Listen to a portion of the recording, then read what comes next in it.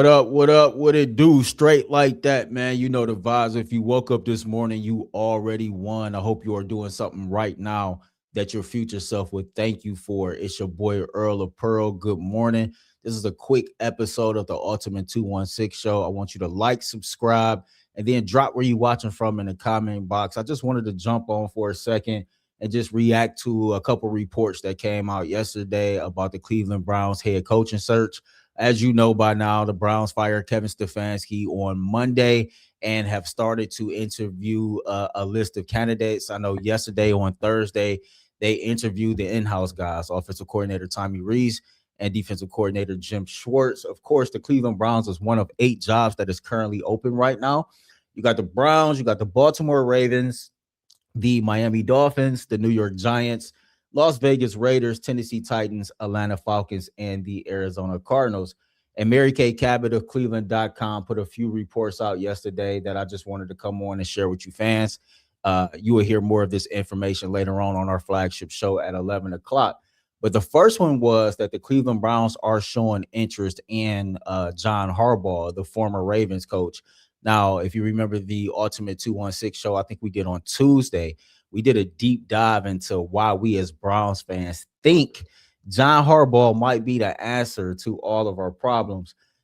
Just a small tidbit from the article that she wrote, she being Mary Kay Cabot. The Browns are definitely doing their diligence on John Harbaugh, fired Tuesday by the Ravens as a possible replacement for Kevin Stefanski. Harbaugh, 62, won't begin interviewing until next week.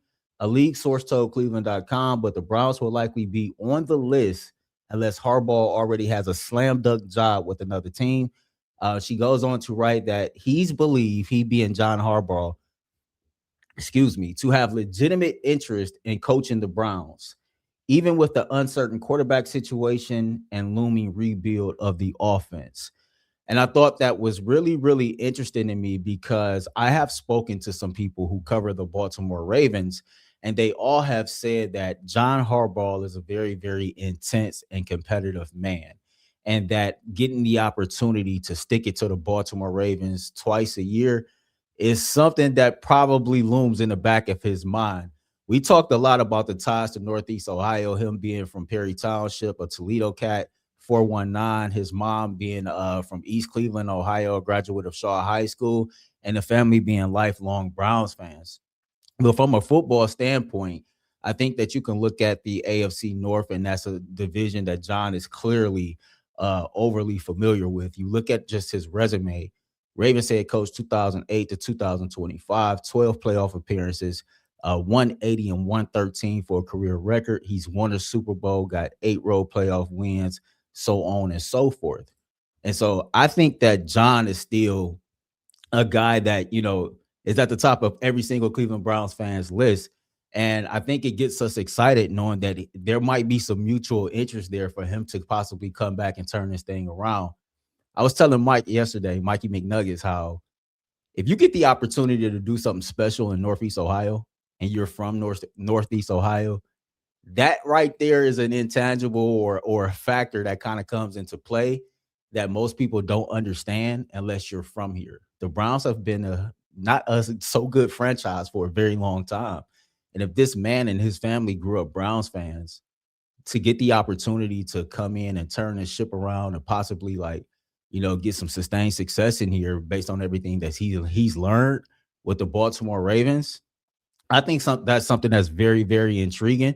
And I think that's something that gets us excited as Browns fans, knowing that, you know what, despite all of our issues and the roster not being one of the best, that the top head coaching candidate, in my opinion, that's out there on the market right now with 25% of the NFL looking for new coaches is showing some interest in the Cleveland Browns. How can you not get excited? How can you not help but to get excited about something like that? So just some thoughts and reactions from you all on the report that came out from Mary Kay that, unless he got a slam dunk job lined up, that there is mutual interest between the Cleveland Browns and John Harbaugh. And it'd be interesting to see, if he actually interviews with the Cleveland Browns next week and, what some of his demands might be or what his vision might be. And if Andrew Berry and Jimmy Haslam can kind of get with that. So little quick break. come back and talk about the other part of the report that Mary Kay dropped. Don't forget, like, subscribe to the Ultimate Cleveland Sports Show, ring the bell so you can stay in the know of all the spinoff shows, including the Ultimate Cavs, Ultimate Guardians, Ultimate Browns, and of course, where you at right now with your boy Earl of Pearl, the Ultimate 216 Show. All right, the other part of that report was, so yesterday morning, I think about an hour before the show started, before our Ultimate Cleveland Sports Show started, the Miami Dolphins fired Mike McDaniel. Now, Mike McDaniel is a name that has circulated in Cleveland before. He actually spent some time in Cleveland before, and he's known around the NFL as an offensive guru, one of those bright offensive minds that, is appealing to teams that's looking for coaches in this era of, how offenses play these days. People want to air it out and have all these yards and make it look pretty and things like that. But yeah, Mike McDaniel came available. Take a look at his resume. Was the head coach down there in Miami, 2022 to 2025, with a 35-33 career record, 0-2 playoff record. He had previous stops here in Cleveland as the wide receiver coach when Kyle Shanahan was the offensive coordinator. Spent some time in Atlanta, spent some time in San Francisco. The Miami Dolphins averaged 23.4 points per game under his leadership. Could you be interested in one Mike McDaniel? That's a question for you all. Here's a little bit about why this comes up and why we're talking about it. If you go back to what Andrew Berry said in his press conference on Monday, that a lot of the resources that the Cleveland Browns was going to spend this year was on the offensive side of the ball. There's a total understanding from fans, from media, from people within the organization that the Cleveland Browns offense is horrific. We don't have the talent. We didn't have a philosophy that, really, really garnished success or anything like that. It just seemed like everything was always stale and stagnant, even with Kevin Stefanski being an offensive-minded coach. And so the hyper focus on fixing the offense is there, and I can understand why it's there. But I also think this is not an issue that you're going to solve in 1 year. You can start to solve this problem, though, simply by hiring the right person. And is Mike McDaniel the right person for the job? That I don't know. I'm not sure of, right? To be totally honest with you. My first choice in this scenario would be John Harbaugh. And quite frankly, if I could get Mike McDaniel as the offensive coordinator and John Harbaugh as my head coach, and I'm able to keep Jim Schwartz as my defensive coordinator, man, that's a coaching tree that anybody in Cleveland will sign up for. I even to take it a step further.